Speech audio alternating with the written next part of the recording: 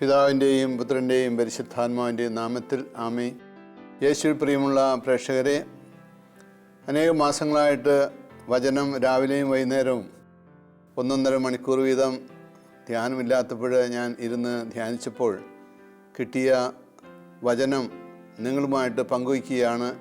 അതിലെ എൻ്റെ മനോവികാരങ്ങൾ, ദൈവമായിട്ടുള്ള ആ മനോവികാരങ്ങൾ എൻ്റെ ഡയറിയിൽ എഴുതി വച്ചിരിക്കുന്നത് ഇന്ന് ഞാൻ രാവിലെ ഈ ടോക്കനായിട്ട് ക്ഷണിച്ചപ്പോൾ എടുത്തു നോക്കി. അപ്പോൾ എനിക്ക് തോന്നി നിങ്ങളുമായിട്ടത് പങ്കുവച്ചാൽ നിങ്ങൾക്കും ആത്മീയമായിട്ട് ഉണർവും ഉന്മേഷവും ഉൾക്കാഴ്ചയും കിട്ടുമെന്ന് എനിക്ക് തോന്നി. അതുകൊണ്ട് അതിവിടെ പറയുകയാണ്. ആ വചനം ജോബ് 36 6-ാമത്തെ വാക്യം, 6ഉം 7ഉം വാക്യങ്ങളിൽ പറയുന്നു, ദൈവം ശക്തനാണ്, അവിടുന്ന് ആരെയും വെറുക്കുന്നില്ല, ദുഃഖിതരുടെ അവകാശം ദൈവം സംരക്ഷിക്കും. ഒരു സഹോദരി എന്നോട് കരഞ്ഞുകൊണ്ട് 2 കൊല്ലം തുടർച്ചയായിട്ട് കാണുമ്പോഴൊക്കെ കരഞ്ഞുകൊണ്ട് പറയും, എൻ്റെ ഭർത്താവിൻ്റെ കൂട്ടുകൂടിയുള്ള വലിയ മദ്യപാനം നിർത്തിക്കിട്ടാൻ വേണ്ടിയിട്ട് പ്രാർത്ഥിക്കണം. ഞാൻ പറഞ്ഞു, ഞാൻ മാത്രം പ്രാർത്ഥിച്ചാൽ പോരാ, സഹോദരിയോട് പ്രാർത്ഥിക്കണം. ഒന്നാമതായിട്ട് അവരോട് ക്ഷമിച്ചുകൊണ്ട് പ്രാർത്ഥിക്കണം. രണ്ടാമതായിട്ട് ദൈവത്തോട് പറയണം, എൻ്റെ പിതാവായ ദൈവമേ, ഈ ജീവിത പങ്കാളിയെ മാനസാന്തരപ്പെടുത്തണമേ, ഞാൻ അദ്ദേഹത്തോട് ക്ഷമിക്കുന്നു, അദ്ദേഹത്തിൻ്റെ ബലഹീനതയെ ക്ഷമിക്കുന്നു, മറക്കുന്നു, പൊറുക്കുന്നു എന്ന് പല പ്രാവശ്യം പറയണം. അതനുസരിച്ചുള്ള പ്രവൃത്തിയും കൂടെ വേണം സംസാരത്തിൽ, നോട്ടത്തിൽ. അതെന്താണ് ആ സംസാരത്തിലും നോട്ടത്തിലും ഈ മദ്യപിച്ചതിൻ്റെ വിഷമം കാണിക്കാത്തതിൻ്റെ കാരണം എന്താ? ഈശോ കുരിശിൽ കിടന്ന് സഹിച്ച് ക്ഷമിച്ച് ലോകത്തിന് മുഴുവൻ തൻ്റെ ജീവൻ ഹോമിച്ചതുപോലെ ഞാനും എൻ്റെ ജീവൻ ഇയാൾക്ക് ജീവൻ ഉണ്ടാകാൻ വേണ്ടിയിട്ട് ഞാൻ സഹിക്കുന്നു, ക്ഷമിക്കുന്നു, അയാളെ ദൈവത്തിൻ്റെ മകനായിട്ട് സ്നേഹിക്കുന്നു, എൻ്റെ ജീവിത പങ്കാളിയായിട്ട് സ്നേഹിക്കുന്നു എന്നുള്ള ചിന്തയാണ് അതിൻ്റെ ഉള്ളിൽ ഉള്ളത്. ഈ വചനം വീണ്ടും ഒരു കഷ്ണം കടലാസിൽ ഞാൻ എഴുതി വച്ചിരിക്കുമ്പോൾ വീണ്ടും നോക്കിയപ്പോൾ കാണുന്നത്, നമുക്ക് ദൈവത്തിൻ്റെ കൃപ ധാരാളമായിട്ട് ഒഴുകാനുള്ള ഒരു മാർഗം തിന്മ ഉപേക്ഷിക്കുക. അതാണ് നേരത്തെ പറഞ്ഞത്, വ്യവസ്ഥ കൂടാതെ ക്ഷമിക്കണം. ദൈവത്തിൻ്റെ സ്വഭാവം അതാണ്, വ്യവസ്ഥ കൂടാതെ ക്ഷമിക്കുന്നവനാണ്. അങ്ങനെ ക്ഷമിച്ചപ്പോൾ വ്യഭിചാരിണിയായ സ്ത്രീക്ക് വലിയ മാനസാന്തരം ഉണ്ടായി. പോരായ്മകളെല്ലാം മറന്നുകൊണ്ട് ഈശോ സക്കേവസിനോട് പറഞ്ഞു, നിൻ്റെ വീട്ടിൽ ഞാൻ താമസിക്കാനായിട്ട് ആഗ്രഹിക്കുന്നു, ഞാൻ ഇതാ വരുന്നു. ഈശോയെ കണ്ടപ്പോൾ തന്നെ, ഈശോയുടെ മഹത്വം കണ്ടപ്പോൾ തന്നെ, ഈശോയുടെ കൃപ കണ്ടപ്പോൾ തന്നെ, ഈശോയുടെ ദിവ്യ സാന്നിധ്യം കണ്ടപ്പോൾ തന്നെ, ഈശോയുടെ എളിമ കണ്ടപ്പോൾ തന്നെ അദ്ദേഹത്തിന് മാനസാന്തരം ഉണ്ടായി. ഈശോ ഒന്നും പറഞ്ഞില്ല, നീ മാനസാന്തരപ്പെടണം, ഒന്നും പറഞ്ഞില്ല. ഉടനെ തന്നെ ഏതാനും മിനിറ്റുകൾക്കുള്ളിൽ അയാൾ പറഞ്ഞതെന്താണ്? എനിക്കുള്ളതിൽ പകുതി ഞാൻ ദരിദ്രർക്ക് കൊടുക്കുന്നു. നേരത്തെ ഞാൻ പറഞ്ഞ ആ സഹോദരിക്ക് വലിയ ദൈവാനുഭവം കിട്ടി. 2 വർഷത്തെ തുടർച്ചയായ പ്രാർത്ഥനയ്ക്ക് ശേഷം. അക്കൂട്ടത്തിൽ ഞാനും പ്രാർത്ഥിച്ചിരുന്നു. മിക്കവാറും മാസത്തിൽ 2 പ്രാവശ്യം അവരുടെ വീട്ടിൽ പോയി 15 മിനിറ്റ് ഞാൻ ചിലവഴിക്കും. ചായ കുടിക്കാനോ അല്ലെങ്കിൽ വർത്തമാനം പറയാനോ ഒന്നുമല്ല. അയാൾ ആ സമയത്താണ്, വൈകിട്ടുള്ള ആ സമയത്താണ് കൂട്ടുകൂടി കുടിക്കാൻ പോകുന്നത്. അത് തടയാൻ വേണ്ടിയിട്ടാണ് മനഃപൂർവ്വം ഞാൻ അവിടെ ചെന്ന്, എന്താ ജോണെ, സുഖല്ലേ, തല കുലുക്കുള്ളൂ, മിണ്ടാനുള്ള ആ സ്വാതന്ത്ര്യമോ ആന്തരിക സ്വാതന്ത്ര്യമോ ഒന്നുമില്ല, മരവിച്ച മനസാക്ഷിയാണ്. അങ്ങനെ ഞാൻ പറഞ്ഞു, ഇന്ന് പോകണ്ട, നമുക്കിവിടെ ഇരിക്കാം, വർത്തമാനം പറയാം. അങ്ങനെ കുറച്ച് കഴിഞ്ഞ് പോകുന്നില്ല എന്ന് ബോധ്യം വരുമ്പോൾ ഞാൻ അവിടെ എഴുന്നേറ്റ് നിന്ന് കുറച്ച് നേരം പ്രാർത്ഥിച്ചിട്ട് ഞാൻ അങ്ങോട്ട് പോരും. അപ്പോഴും ഈ സഹോദരി പിന്നീട് ഫോണിൽ വിളിച്ച് പറയും, എനിക്ക് എന്തുകൊണ്ടാണ് ഇങ്ങനെ ഒരു ദുരന്തം ഉണ്ടായത്, ഈ കഷ്ടപ്പാടുണ്ടായത്? ഞാൻ തെക്കൻ ജില്ലകളിൽ നിന്ന് കുടിയേറി പാർത്ത ആളാണ് വർഷങ്ങൾക്ക് മുൻപ്. എനിക്ക് വലിയൊരു ഭാരമുണ്ട്. ഞാൻ ചോദിച്ചു, അതെന്താണ്? എൻ്റെ 3 പ്രായപൂർത്തി എത്തിക്കൊണ്ടിരിക്കുന്ന 3 മക്കൾ, ഇവരാര് നോക്കും, ആര് സ്നേഹിക്കും, ആര് പഠിപ്പിക്കും? ഇതോർത്ത് ഞാൻ ആകുലപ്പെടുകയാണ്, വ്യാകുലപ്പെടുകയാണ്, മനസ്സുരുകയാണ്. പല ദിവസങ്ങളിലും ഞാൻ ഉറങ്ങാറില്ല. അപ്പം ഞാൻ പറഞ്ഞു, സങ്കീർത്തനം 56:8 അവിടെ പറയുന്നുണ്ട്, നിൻ്റെ കണ്ണുനീരെല്ലാം ഞാൻ ഒപ്പിയെടുക്കും, നിൻ്റെ വിഷമങ്ങൾ ഞാൻ കാണുന്നുണ്ട്. അതാണ് കർത്താവ് ദാവീദ് രാജാവിലൂടെ പറഞ്ഞിരിക്കുന്നത്. നിൻ്റെ വിഷമങ്ങളെല്ലാം ഞാൻ കാണുന്നുണ്ട്, ഞാനത് ഒപ്പിയെടുക്കും. 2 വർഷത്തിന് ശേഷം ആ വിഷമങ്ങളെല്ലാം മാറി പുതിയ ഒരു മനുഷ്യനായിട്ട് അയാൾ മാറി, മാനസാന്തരം ഉണ്ടായി. ആ മാനസാന്തരത്തിലൂടെ കിട്ടിയത് എന്താണ്? വലിയ സമ്മാനമായിട്ട് കിട്ടിയത് എന്താണ്? 3 മക്കൾക്കും, ഒരാൾക്ക് കുവൈറ്റിൽ, 2 പേർക്ക് ദുബായിൽ ജോലി. പോരെ, ധാരാളം ശമ്പളം. ഇപ്പോൾ അവർ ഇവിടെ നാട്ടിൽ തന്നെ താമസിക്കാൻ സമയമില്ല, മക്കളുടെ കൂടെ മാറി മാറി താമസിക്കുകയാണ്. ഒരു ദിവസം ഫോണിൽ വിളിച്ചപ്പോൾ ആ സഹോദരി പറഞ്ഞു, അച്ഛാ, ഇപ്പോഴാണ് പ്രാർത്ഥനയുടെ ഗാംഭീര്യം, അതിൻ്റെ മഹത്വം, അതിൻ്റെ ഫലം എനിക്ക് മനസ്സിലായത്. പ്രാർത്ഥനയ്ക്ക് ഇത്ര ശക്തിയുണ്ടെന്ന് ഇപ്പോഴാണ് എനിക്ക് മനസ്സിലായത്. ജെസ്സി എന്ന പേരായ സഹോദരിക്ക് ഞാനിത് പറയുമ്പോൾ വെറും 39 വയസ്സ് 40 വയസ്സ് പ്രായമേ ഉള്ളൂ. ഇപ്പോൾ അവർ ആനന്ദത്തിൻ്റെ നിർവൃതിയിലാണ്. അതിൻ്റെ കാരണം എന്താ? അതിനു മുൻപേ അവർ മണിക്കൂറുകളോളം ഭക്ഷണമില്ലാതെ മക്കൾക്ക് വേണ്ടി സഹിച്ച്, ഭർത്താവിന് വേണ്ടിയിട്ട് സഹിച്ച് പ്രാർത്ഥനയിൽ ചെലവഴിക്കുകയായിരുന്നു. അങ്ങനെ പ്രാർത്ഥനയിൽ ചെലവഴിച്ചപ്പോൾ ദൈവം കൊടുത്തതോ ലൗകികമായിട്ടുള്ള സന്തോഷം. പ്രാർത്ഥനയിൽ ചെലവഴിച്ചപ്പോൾ അവർക്ക് കിട്ടിയത് എന്താണ്?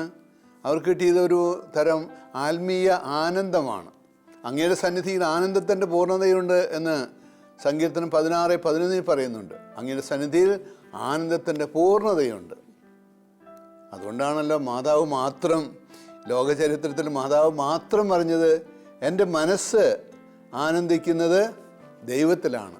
എൻ്റെ ചിത്തം, നല്ല വാക്കാണ് ചിത്തം എന്നുള്ള വാക്ക്, എൻ്റെ മനസ്സ് അല്ലെങ്കിൽ എൻ്റെ ചിത്തം ദൈവത്തിൽ ആനന്ദിക്കുന്നു. സുഖസൗകര്യങ്ങളിലോ അന്നന്ന് കിട്ടുന്ന ഭക്ഷണത്തിൻ്റെ ക്വാളിറ്റിയിലോ ഒക്കെ സന്തോഷിക്കുന്ന ധാരാളം പേരുണ്ട്. അതിൽ നിർവൃതി കൊള്ളുന്നവരുണ്ട്, അതിൽ ലഹരി പിടിച്ച് ഓടുന്നവരുണ്ട്, അതിൻ്റെ പുറകെ ഓടുന്നവരുണ്ട്. വലിയൊരു വിരുന്ന് ഇന്ന് ഒരുക്കിയിട്ട് ഒരാൾ പറഞ്ഞു, അയ്യോ, ഇന്നത്തെ ശുശ്രൂഷ, അച്ഛൻ്റെ ശുശ്രൂഷയൊക്കെ കഴിഞ്ഞിട്ട് പ്രസംഗം പറഞ്ഞ് അച്ഛൻ പോവുകയാണോ? കഴിക്കുന്നില്ലേ? ഞാൻ പറഞ്ഞു, കഴിച്ചോളാം. അതിനേക്കാളേറെ ദൈവത്തിൻ്റെ നാമത്തിൽ ദൈവമക്കൾക്കായിട്ട് വചനം കൊടുക്കണമെന്ന് എന്നോട് പറഞ്ഞു. അത് കൊടുക്കാൻ വേണ്ടിയിട്ട് ഞാൻ പോവുകയാണെന്ന് പറയേണ്ടത്. അവർക്കത് ഇഷ്ടപ്പെട്ടില്ല. അപ്പോൾ അങ്ങയുടെ സന്നിധിയിൽ ആനന്ദത്തിൻ്റെ പൂർണ്ണതയുണ്ട്. അത് അനുഭവിച്ചതുകൊണ്ടാണ്. എത്ര നാളാണ് ആനന്ദത്തിൻ്റെ പൂർണ്ണത അനുഭവിക്കാൻ വേണ്ടിയിട്ട് കാത്തിരുന്നത്, ക്ഷമിച്ച് സഹിച്ച് പ്രാർത്ഥിച്ചിരുന്നത്, മറ്റുള്ളവരുടെ നിന്ദനമേറ്റുകൊണ്ട് തന്നെ പ്രാർത്ഥിച്ചിരുന്നത്. നിന്ദനമെന്ന് ഞാൻ പറയുന്നത്, പ്രാർത്ഥിക്കാൻ ഇരുന്ന് കഴിഞ്ഞാൽ ഒരു തുറിച്ചു നോട്ടമുണ്ട് ചില ആളുകൾക്ക്, എല്ലാ ഗണത്തിൽപ്പെട്ട ആളുകൾക്കുണ്ട്. അപ്പോൾ ഞാൻ സ്ഥലം മാറി ഒളിഞ്ഞ് ഇരുന്ന് പ്രാർത്ഥിക്കാൻ തുടങ്ങി. വലിയ ആൾത്താരയുടെ മുന്നിലൊരു ചെറിയ ആൾത്താരയുണ്ടല്ലോ, അതിൻ്റെ മുന്നിലിരുന്നു. അപ്പോൾ പുറമേ നിന്ന് വരുന്ന ആളുകൾക്ക് എന്നെ കാണാനായിട്ട് സാധിക്കില്ല. അപ്പോൾ അവർ വന്നിട്ട് ഇങ്ങനെ തുറച്ചു നോക്കി കളിയാക്കി ചിരിച്ചു പോകില്ല. പിന്നെയും അവിടെയും ശല്യമായപ്പോൾ മുറിയിലിരിക്കാൻ തുടങ്ങി. അപ്പോഴും ചുറ്റുപാടിൽ നിന്ന് പ്രയാസങ്ങളായി. ആ പ്രയാസങ്ങളും നിന്ദനങ്ങളും എല്ലാം സഹിച്ചുകൊണ്ട് എനിക്ക് എൻ്റെ ദൈവത്തെ അറിയണം, ദൈവം എൻ്റെ വേദനകളെ അറിയുന്നു, ദൈവം എൻ്റെ ദുഃഖമെടുത്ത് മാറ്റും, ഞാൻ എന്നെ കൂടുതൽ നന്മയ്ക്കായിട്ട് ഉപയോഗിക്കുമെന്ന് ഉറപ്പുള്ളതുകൊണ്ട് എത്ര വർഷമായിരുന്നത്? ഒരു 15 വർഷം. ഇതാരും അറിഞ്ഞിട്ടില്ല, ആരോടും ഞാൻ പങ്കുവച്ചിട്ടില്ല. അപ്പോൾ നിൻ്റെ ദുഃഖങ്ങളെല്ലാം ഞാൻ കാണുന്നുണ്ട്, നിൻ്റെ കണ്ണുനീരെല്ലാം ഞാൻ ഒപ്പിയെടുക്കുമെന്ന് പറഞ്ഞത് എനിക്ക് പൂർണ്ണമായി വിശ്വാസമായത് കഴിഞ്ഞ സെപ്റ്റംബർ മാസത്തിൽ കാനഡയിൽ ടൊറോണ്ടോ എന്ന് പറഞ്ഞ സ്ഥലത്ത് ധ്യാനിപ്പിക്കാൻ പോയി. അവിടെ ധ്യാനത്തിന് അല്പം തടസ്സങ്ങളൊക്കെ ഉണ്ടായിരുന്നു. ഞാൻ പ്രാർത്ഥനയിൽ നിന്ന് വ്യതിചലിച്ചില്ല. പ്രാർത്ഥനയുടെ ദൈർഘ്യം കൂട്ടി ഒരു 3 ദിവസം കഴിഞ്ഞപ്പോൾ വൈകിട്ട് ഞാൻ കിടക്കുകയാണ്. ഞാൻ കിടക്കുന്നതിൻ്റെ നേരെ ഒരു വലിയ അലമാരിയാണ്. അതിന് മുകളിൽ ചുമര് കുറച്ച് കാണാനായിട്ട് സാധിക്കും. അവിടെ ഒരു മാതാവിൻ്റെ രൂപം വെച്ചിട്ടുണ്ട്. രാത്രി 10 മണി വരെ പ്രാർത്ഥിച്ചിട്ട് ഞാൻ ആ രൂപത്തിലേക്ക് നോക്കി ഒന്ന് പ്രാർത്ഥിക്കാമെന്ന് വിചാരിച്ചപ്പോൾ അവിടെ പ്രകാശം വരുന്നു, രശ്മികൾ കൊണ്ട് നിറഞ്ഞ് പ്രകാശം വരുന്നു. അവിടുത്തെ പെയിൻറ്റിങ്ങിൻ്റെ കളറ് മാറുന്നു. കുറച്ച് കഴിഞ്ഞപ്പോൾ ആ രൂപം മാറി. രൂപം അപ്രത്യക്ഷമായിട്ട് അവിടെ ഒരു കർത്താവിൻ്റെ തലയാണ് കാണുന്നത്, ശിരസ്സാണ് കാണുന്നത്. എനിക്ക് കാണാവുന്നത് മുൾമുടി ചൂടിയ കർത്താവിൻ്റെ തല. എന്നെ നോക്കുകയല്ല, സൈഡിലൂടെ നോക്കുമ്പോൾ, ഇവിടെ നിന്ന് നോക്കുമ്പോൾ എനിക്ക് ഈ കവിള് മാത്രമേ കാണാനായിട്ട് സാധിക്കുള്ളൂ, തലയിലെ മുൾമുടിയും കാണാനായിട്ട് സാധിക്കും. പിന്നെ പ്രകാശം കൂടി വരുന്നു. ഞാൻ നോക്കുന്തോറും പ്രകാശം കൂടി വന്നിട്ട് എൻ്റെ നേരേക്ക് വരികയാണ്. എൻ്റെ കർത്താവേ, എനിക്ക് ഇത് കാണാനുള്ള യോഗ്യതയൊന്നുമില്ല, നിനക്ക് നന്ദി, എങ്ങനെയായാലും ഒരു ദർശനം തന്നല്ലോ, ഇങ്ങനെ ഒരു അടയാളം തന്നല്ലോ എന്നോർത്ത് ഞാൻ സന്തോഷിച്ച് ആനന്ദിച്ച് ഒരു 11:30 വരെ അങ്ങനെ കിടന്നു. തൊട്ടപ്പുറത്തെ മുറിയിൽ ഞാൻ താമസിക്കുന്ന വീട്ടിൽ ആളുകൾ വർത്തമാനം പറയുന്നതും കളിക്കുന്നതും ചിരിക്കുന്നതൊക്കെ എനിക്ക് കേൾക്കാം. പക്ഷെ ഞാനത് ശ്രദ്ധിക്കുന്നില്ല. എൻ്റെ ശ്രദ്ധ മുഴുവൻ ഇവിടെയാണ്. ഞാൻ കുറച്ച് കഴിഞ്ഞപ്പോൾ കർത്താവിൻ്റെ ആ വലിയ അനുഗ്രഹത്തിന് നന്ദി പറഞ്ഞുകൊണ്ട് ഞാൻ പറഞ്ഞു, എൻ്റെ ശിരസിൽ ഒന്ന് തൊടാമോ? ഞാൻ ശിരസ് എഴുന്നേറ്റിരുന്ന് ശിരസ് നമിച്ചു. അപ്പോൾ ഒരു കൈ ഇങ്ങനെ നീണ്ടു വന്നു. 3 വിരലുകൾ, എൻ്റെ ഇവിടെ ഒരു അല്പം മുടി കുറവുണ്ട്, അവിടെ ആ 3 വിരലുകൾ പരതി നടക്കുന്ന പോലെ എനിക്ക് അനുഭവപ്പെട്ടു. ഞാനാകെ കോരിത്തെരിച്ചു, കണ്ണടച്ച് കിടന്നു. കുറച്ച് കഴിഞ്ഞപ്പോൾ സംഭവിച്ചത് എന്താണ്?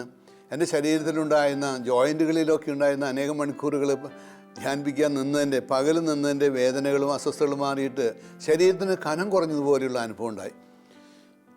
എൻ്റെ കാല് മുതൽ കഴുത്ത് വരെയുള്ള ഭാഗങ്ങളൊക്കെ ഒരു 5-8 കിലോ ഉള്ള ഒരു സാധനം കിടക്കുന്ന പോലെയാണല്ലോ തമ്പുരാൻ. അതുകൂടാതെ വലിയ പ്രകാശം, ഈ ശരീരത്തിൽ മുഴുവൻ വലിയ പ്രകാശം, നേരിയ നിറം മാറിയിട്ട്, ആ തൊലിയുടെ നിറം മാറിയിട്ട് ഒരു പ്രത്യേക പ്രകാശം. കർത്താവേ, ഇത് വലിയ ദാനമാണല്ലോ. നന്ദി. ഞാൻ ഇതിനേക്കാൾ ഊർജ്ജസ്വലതയോടെ നാളെ ഞാൻ ജോലി ചെയ്യും, ശുശ്രൂഷ നടത്തും, ജനത്തിന് വേണ്ടിയിട്ട് പ്രാർത്ഥിക്കും, അനുഭവത്തിൽ നിന്ന് ഞാൻ പറയും എന്ന് തീരുമാനമെടുത്ത് കണ്ണ് അടച്ചു. ഞാൻ ഉറങ്ങിയിട്ടുണ്ട്, എന്നാലും ഉറങ്ങിക്കൊണ്ടിരിക്കുകയാണ്. എന്നാലും ചുമരിലേക്ക് നോക്കുമ്പോൾ അവിടെ നിന്ന് പ്രകാശരശ്മികൾ വരികയാണ്. അതിൻ്റെ നടുവട്ടത്തിൽ കൊച്ചു നക്ഷത്രങ്ങൾ പോലെയുള്ള സാധനം. ഞാൻ തുറക്കുമ്പോഴൊക്കെ ഇത് കാണുകയാണ്.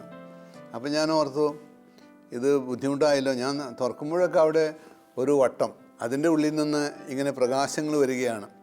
ദൈവമേ, നിനക്ക് നന്ദി. നേരം വെളുത്തപ്പോൾ എൻ്റെ ശരീരത്തിലെ സകല വേദനകളും കുറഞ്ഞിട്ട് വലിയ സുഖം. സാധാരണ ഫാനിട്ട് കിടന്നാൽ വല്ലാത്ത വേദനകളാണ്. ഫുൾ ടൈം ഫാനിട്ട് കിടന്നിട്ട് എഴുന്നേൽക്കുമ്പോൾ എല്ലാ ജോയിൻറ്റുകളിലും നല്ല വേദനയായിരുന്നു. ആ വേദനയ്ക്ക് മാറി കർത്താവ് സ്പർശിച്ചു. കർത്താവ് സംപ്രീതനാണ്. നിൻ്റെ വേദനകളൊക്കെ ഞാൻ അറിയുന്നുണ്ട്, നിൻ്റെ ക്ഷീണമെല്ലാം ഞാൻ അറിയുന്നുണ്ട് എന്ന് പറഞ്ഞുകൊണ്ടാണ് കർത്താവ് ആ സൗഖ്യം നൽകിയത്. ദൈവത്തിന് നന്ദി പറഞ്ഞ് 145 മുതൽ 150 വരെയുള്ള സങ്കീർത്തനങ്ങൾ അരമണിക്കൂറോളം ഇരുന്ന് വായിച്ച് അത് തന്നെ ഉരുവിട്ടുകൊണ്ട് ഞാൻ എൻ്റെ ശുശ്രൂഷകൾ രാവിലെ 9:30 മണിയായപ്പോൾ ആരംഭിച്ചു. അപ്പോൾ കർത്താവിൻ്റെ കൂടെ ആയിരുന്നാൽ, കൂടെ നടന്നാൽ, കൂടെ സഞ്ചരിച്ചാൽ, ഈ കർത്താവിനെ, ഈ സർവശക്തനായ ദൈവത്തെ ഓർത്തുകൊണ്ട് ധ്യാനിച്ചുകൊണ്ട് നടന്നാൽ എന്താ ഫലം? ശരീരത്തിന് പ്രത്യേകിച്ച് സുഖമൊന്നും തോന്നില്ല, പക്ഷേ മനസ്സിന്, ആത്മാവിന് വലിയ സന്തോഷമായിരിക്കും. ഈ സന്തോഷം മാതാവിനുണ്ടായിരുന്നു ഈശോയെ കണ്ടതുകൊണ്ട്, ഈശോയുടെ കൂടെ ആയിരുന്നതുകൊണ്ട് 30 വർഷത്തോളം. ആ സന്തോഷം കൊണ്ടാണ് മാതാവ്, ആ സന്തോഷം മനസ്സിൽ കണ്ടുകൊണ്ടാണ് മാതാവ് പറഞ്ഞത്, എൻ്റെ ചിത്തം എൻ്റെ രക്ഷകനായ ദൈവത്തിൽ ആനന്ദിക്കുന്നു. എങ്ങനെയത് പറയാൻ സാധിച്ചത്? ഈശോയെ കാണുന്നതിന് മുൻപ്, പ്രസവിച്ചതിന് ശേഷം ഈശോയെ കാണുന്നതിന് മുൻപ് ഈ മാതാവ് പിതാവായ ദൈവത്തിൻ്റെ വാത്സല്യവും സ്നേഹവും അവർ ആസ്വദിച്ചിട്ടുണ്ട്, അനുഭവിച്ചിട്ടുണ്ട്. അതുപോലെ പിതാവിൻ്റെ വാത്സല്യം അനുഭവിക്കാനായിട്ട് ദാഹിച്ച് പ്രാർത്ഥിക്കുക. യോഹന്നാൻ 7:37 പറയുന്നുണ്ട്, ആർക്കെങ്കിലും ദാഹിക്കുന്നുവെങ്കിൽ അവൻ എൻ്റെ അടുക്കൽ വന്ന് കുടിക്കുവിൻ. ഇന്ന് എല്ലാവർക്കും ദാഹമുണ്ട്, എല്ലാ മനുഷ്യർക്കും ദാഹമുണ്ട്. എന്തിനാ? ഡിഗ്രി സമ്പാദിക്കാൻ, പുതിയ കാര്യങ്ങൾ വാട്സാപ്പിലൂടെ കാണാൻ, പുതിയ കാര്യങ്ങൾ മൊബൈലിലൂടെ കാണാൻ, ഇൻ്റർനെറ്റിലൂടെ കാണാൻ.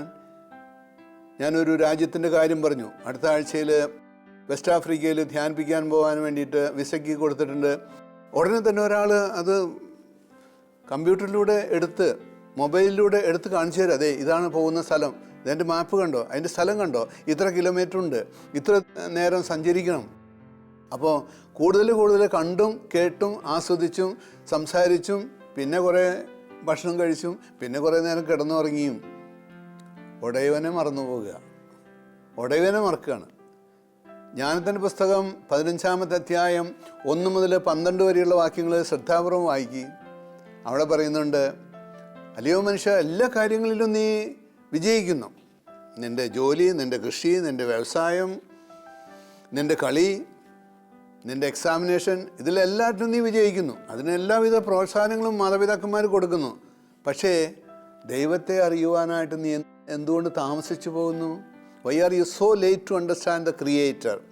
സൃഷ്ടാവിനെ അറിയാനായിട്ട്, മനസ്സിലാക്കാനായിട്ട്, അനുഭവിക്കുവാനായിട്ട് നീ എന്തുകൊണ്ട് താമസിച്ചു പോകുന്നു? ഇവിടെ പറയുന്നുണ്ട്, ജെറമിയയുടെ പുസ്തകത്തിലെ 17-ാമത്തെ അധ്യായത്തിൽ 7-ാമത്തെ വാക്യത്തിൽ പറയുന്നുണ്ട്, to know you is the root of immortality. അവിടുത്തെ അറിയുക എന്ന് പറയുന്നത് അമർത്യതയുടെ ആരംഭമാണ്. അതിൻ്റെ നാരായ വേരാണ് അവിടുത്തെ അറിയുക എന്ന് പറഞ്ഞത്. അങ്ങനെ അറിഞ്ഞിട്ടുള്ള അനുഭവം ഉണ്ടോ? മാമോദീസ സ്വീകരിച്ച്, പരിശുദ്ധ കുർബാന സ്വീകരിച്ച്, സ്ഥൈര്യലേപനം കൊണ്ട് ലേപനം ചെയ്ത് കുരിശ് വരച്ച്, പരിശുദ്ധ കുർബാന സ്വീകരിച്ച്, വചനം വായിച്ച്, ഞാൻ എന്തെങ്കിലും ഒരു ശകലം ഈ ഉടയവനെക്കുറിച്ച് അറിഞ്ഞിട്ടുണ്ടോ, മനസ്സിലാക്കിയിട്ടുണ്ടോ, അനുഭവിച്ചിട്ടുണ്ടോ, കണ്ടിട്ടുണ്ടോ? ഇതിലേതെങ്കിലും ഒന്നുമില്ലെങ്കിൽ വയസ്സാകും തോറും വലിയ ഉത്കണ്ഠയായിരിക്കും.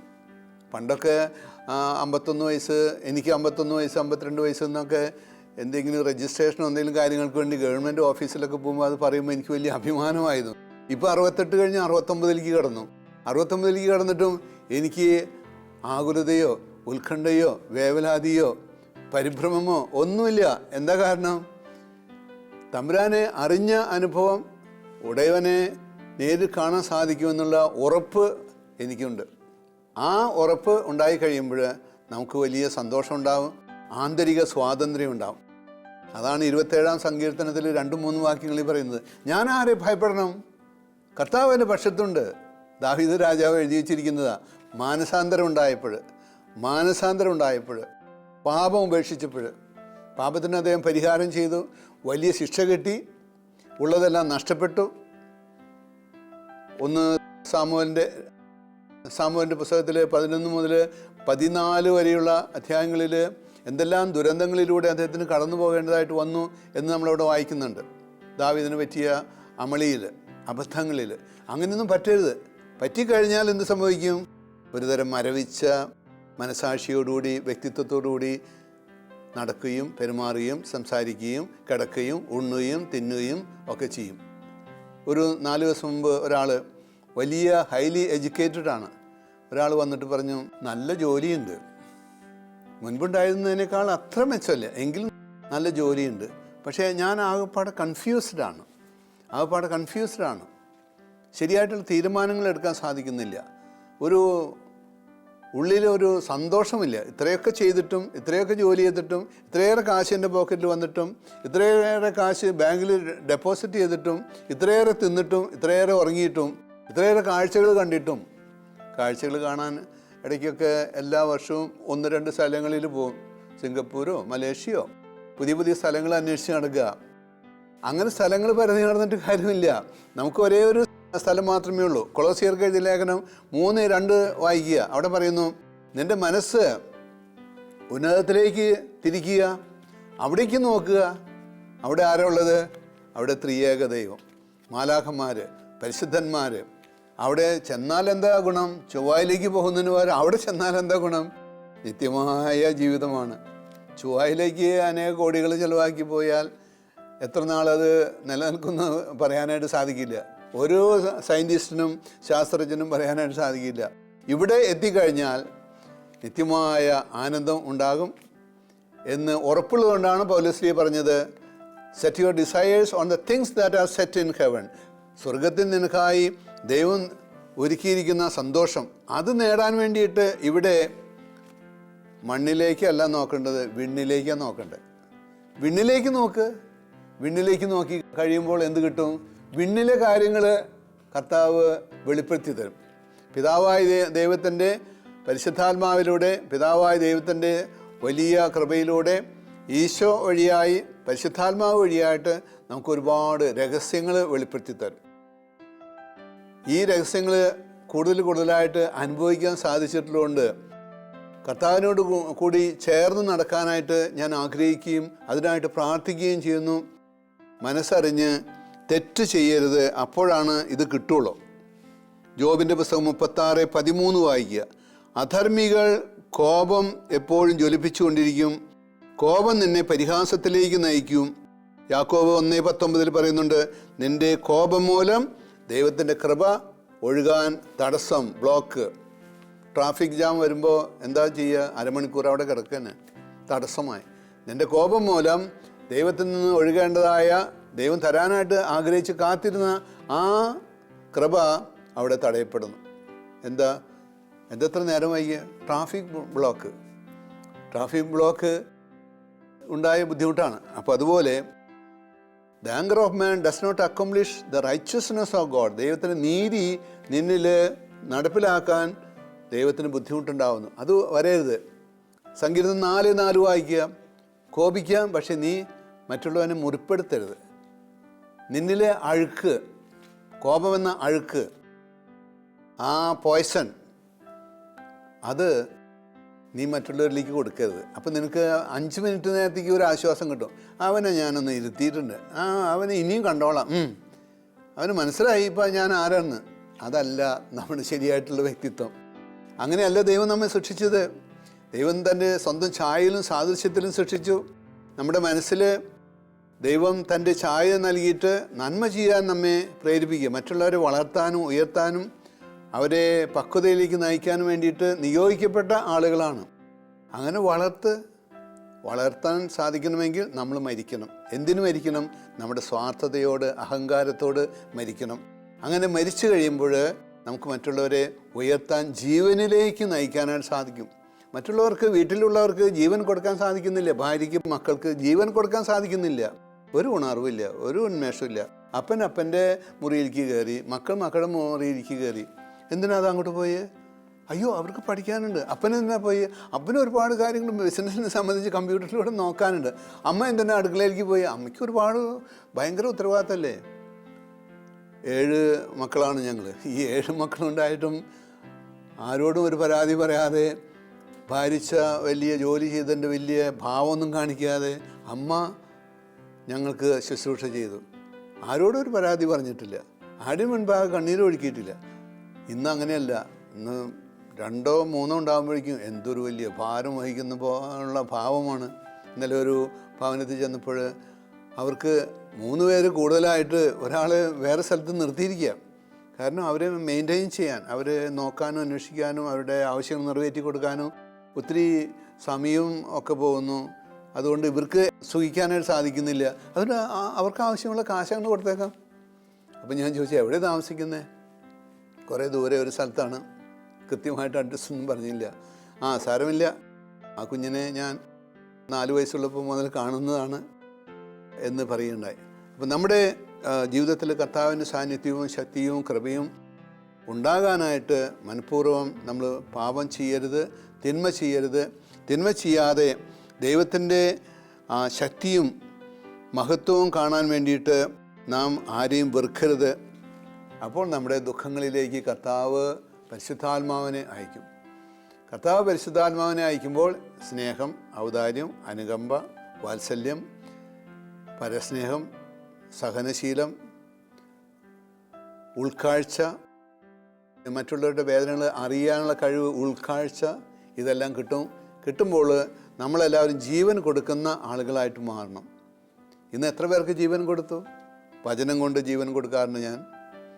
10, 20, 30 പേർക്ക് പല മാധ്യമങ്ങളിലൂടെ, കമ്മ്യൂണിക്കേഷൻ മാധ്യമങ്ങളിലൂടെയും കൗൺസിലിങ്ങിലൂടെയും ഒക്കെ ജീവൻ കൊടുക്കുകയാണ്. രാവിലെ മുതൽ ജീവൻ കൊടുക്കുക, 8 മണി മുതൽ വൈകുന്നേരം 10, 10:30 വരെ കൊടുക്കുകയാണ്. എന്താ കാരണം? ജീവനുണ്ടാകട്ടെ, കുടുംബങ്ങളിൽ, വ്യക്തികളിൽ ജീവനുണ്ടാകട്ടെ, ശക്തി ഉണ്ടാകട്ടെ. ഈശോ പറഞ്ഞ്, ഇതാ നോക്കൂ, ഞാൻ നിങ്ങളിൽ നിന്ന് ഒന്നും എടുക്കാൻ വേണ്ടി വന്നതല്ല, ഞാൻ ജീവൻ നൽകാൻ വേണ്ടി വന്നിരിക്കുകയാണ്. അവർക്ക് ജീവൻ ഉണ്ടാകാനും അത് സമൃദ്ധമായി ഉണ്ടാകാൻ വേണ്ടി വന്നിരിക്കുക. യോഹന്നാൻ 10:10. ഓരോ വീട്ടുകാരനും ഓരോ വീട്ടുകാരിയും ഇതുപോലെ തന്നെ വീട്ടിലുള്ളവരോട് പറയണം, മക്കളെ, നിങ്ങൾക്ക് ജീവൻ തരാൻ വേണ്ടിയിട്ട് ഞാൻ എപ്പോഴും റെഡിയാണ്. ഭർത്താവിനോട് പറയണം, നിങ്ങൾക്ക് വേണ്ടി ഞാൻ എൻ്റെ ജീവിതം സമർപ്പിച്ചിരിക്കുന്നു. ഭർത്താവ് ഭാര്യയോട് പറയണം, നിങ്ങൾക്ക് വേണ്ടി എൻ്റെ ജീവൻ സമർപ്പിച്ചിരിക്കുന്നു. സമയം, ആരോഗ്യം, പണം, ഇതെല്ലാം. ഈ ദിവസങ്ങളിൽ ഒരു 10 പേര് എന്നെ കാണുവാനായിട്ട് മാറി മാറി വന്നു. അവർക്കൊക്കെ കൗൺസിലിംഗ് കൊടുത്തപ്പോൾ പലരും അല്പം മാനസിക വികല്പമുള്ള ആളുകളായിട്ട് മാറിയിരിക്കുക. എന്തുകൊണ്ടാണ്? ശരിയായിട്ടുള്ള വീക്ഷണം, ദിശ ആ ബോധം, ദിശാബോധം, ലക്ഷ്യം അത് തെറ്റിയിരിക്കുന്നു. അത് വിണ്ണിലേക്കല്ല മണ്ണിലേക്കാണ്. അതുകൊണ്ട് മണ്ണിൽ ഊന്നി നിൽക്കുമ്പോൾ മനസ്സും വികാരവും ശരീരവും ഭാവനയും ബുദ്ധിയും എല്ലാം അവിടെ ഊന്നി നിൽക്കുമ്പോൾ എന്ത് സംഭവിക്കുന്നു? കൃപ ഒഴുകുകയില്ല. ദൈവത്തിൻ്റെ കൃപ ഒഴുകണമെങ്കിൽ നാം ക്ഷമിക്കുന്നവരും സഹിക്കുന്നവരും, ദൈവം കാരുണ്യവാനാണ്, എന്നെ സൃഷ്ടിച്ചത് ഒരു പ്രത്യേക ലക്ഷ്യത്തോടു കൂടിയാണ്, എൻ്റെ വേര് കിടക്കുന്നത്, എൻ്റെ കാല് നിലത്താണെങ്കിലും എൻ്റെ മനസ്സ് സ്വർഗത്തിലാണെന്ന് നമ്മുടെ പ്രവൃത്തി കൊണ്ടും സംസാരം കൊണ്ടും മറ്റുള്ളവർക്ക് തോന്നണം. അതുകൊണ്ടാണ് ശിഷ്യരോട് പറഞ്ഞത്, ഈശോ പറഞ്ഞത്, എനിക്ക് ജനത്തെ കാണുമ്പോൾ അനുകമ്പ തോന്നുന്നു. എവിടുന്നാ ആ നന്മയുണ്ടായത്? അത് സ്വർഗത്തിൽ നിന്നുണ്ടായതാണ്, ഈശോയിൽ നിന്നുണ്ടായതാണ്. അപ്പോൾ ഈശോയെ അടുത്തറിയുമ്പോൾ, ദൈവത്തെ അടുത്തറിയുമ്പോൾ നമുക്ക് സന്തോഷവും സമാധാനവും ഉണ്ടാവും. ദൈവം നമ്മുടെ വേദനകളിൽ ഇടപെടണമെങ്കിൽ പാപം പൂർണ്ണമായിട്ട് ഉപേക്ഷിക്കണം. അതാണ് കർത്താവ് നമ്മോട് പറയുന്നത്, കോപിക്കരുത്. സങ്കീർത്തനം 4:4 വായിക്കുക. യാക്കോബിൻ്റെ ലേഖനം 1:19 അത് 2 വായിക്കുക. എന്നിട്ട് ജോലിക്ക് പോവുക. കർത്താവായ ദൈവമേ, ഈ മക്കളെ ഓരോരുത്തരെയും സമർത്ഥമായിട്ട് അനുഗ്രഹിക്കണമേ. ഉണർവും ഉന്മേഷവും, വചനത്താലെ ഉണർവും ഉന്മേഷവും, പാപത്തെ ത്യജിക്കുവാനുള്ള ആയുധം എടുക്കുവാൻ, വചനമാകുന്ന വാള് എടുക്കുവാനുള്ള ധൈര്യവും തൻ്റെ ഇടവും അവർക്ക് കൊടുക്കണമേ. അങ്ങനെ മനസ്സിനെ ശുദ്ധിയാക്കിയിരിക്കുമ്പോൾ ദൈവം തൻ്റെ പരിശുദ്ധാത്മാവിനെ നമ്മിലേക്ക് ഇറക്കി തരും. നമുക്ക് വെളിച്ചമുള്ളവരാകും, നാം വെളിച്ചമുള്ളവരാകും, ജ്ഞാനമുള്ളവരാകും, ശക്തിയുള്ളവരാകും, കരുത്തുള്ളവരാകും. ജീവിതത്തിൻ്റെ എല്ലാ വെല്ലുവിളികളെയും നേരിടുവാൻ നിങ്ങൾക്ക് ശക്തി ഉണ്ടാകുമെന്ന് കർത്താവ് തൻ്റെ വചനത്തിലൂടെ നമുക്ക് വ്യക്തമാക്കി തന്നിരിക്കുകയാണ്. അതിനായിട്ട് നമുക്ക് അല്പം പ്രാർത്ഥിക്കാം. കർത്താവായ ദൈവമേ, ഈ വചനം കേട്ട എല്ലാ മക്കൾക്കും ആ വചനം അനുസരിച്ച് ജീവിക്കുവാൻ, അതിലേതെങ്കിലും ഒരു വചനം അനുസരിച്ച് ഇന്ന് ജീവിക്കുവാൻ, അതിലൂടെ മറ്റുള്ളവർക്ക് ജീവൻ കൊടുക്കുവാൻ, ശക്തി പകരുവാൻ ഇവരെ അനുഗ്രഹിക്കുമാറാണമേ. പിതാവിൻ്റെയും പുത്രൻ്റെയും പരിശുദ്ധാത്മാവിൻ്റെയും നാമത്തിൽ ആമേൻ.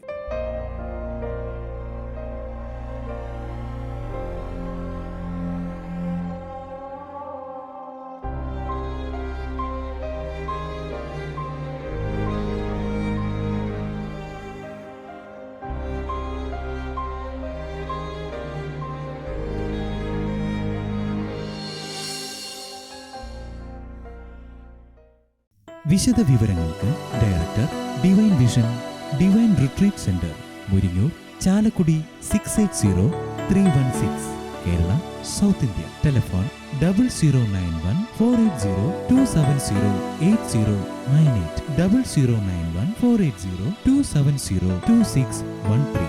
ഫാക്സ് 0091-480-270-8097.